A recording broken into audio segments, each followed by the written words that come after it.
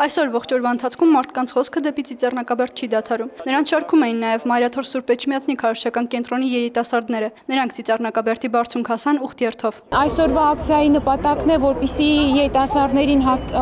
համախմբենք մեր հոգևոր արժեքների շուրջ։ Ի տարբերություն շատերի երիտասարդները ավելի վճռական են։ Նրանց բարոյական փոխհատուցումը չի բավարարում։ Մենք հնարավորություն ենք մեր նախնիների երկրում ոչ միայն գնանք ուխտագնացությունների եւ որպես տուրիստ, այլ գնանք տանտիրոջ իրավունքով։ Երիտասարդների երթը այսօր առաջնորդում էին Մայրաթորի սարկավագները։ Թեև Թուրքիայի իշխանությունները այսօր դեռ այնքան հասուն չեն իրենց պատմության հետ առերեսվելու համար, սակայն Արսեն Սարգսակյանը համոզված է, որ դա տեղի է ունենալու մոտ ապագայում հայ երիտասարդների հետևողական պայքարի շնորհիվ։ Միայն ապրիլի 24-ով չի սկսում մեր պայքարը եւ ապրիլի 24-ով չի վերջանում մեր պահանջը։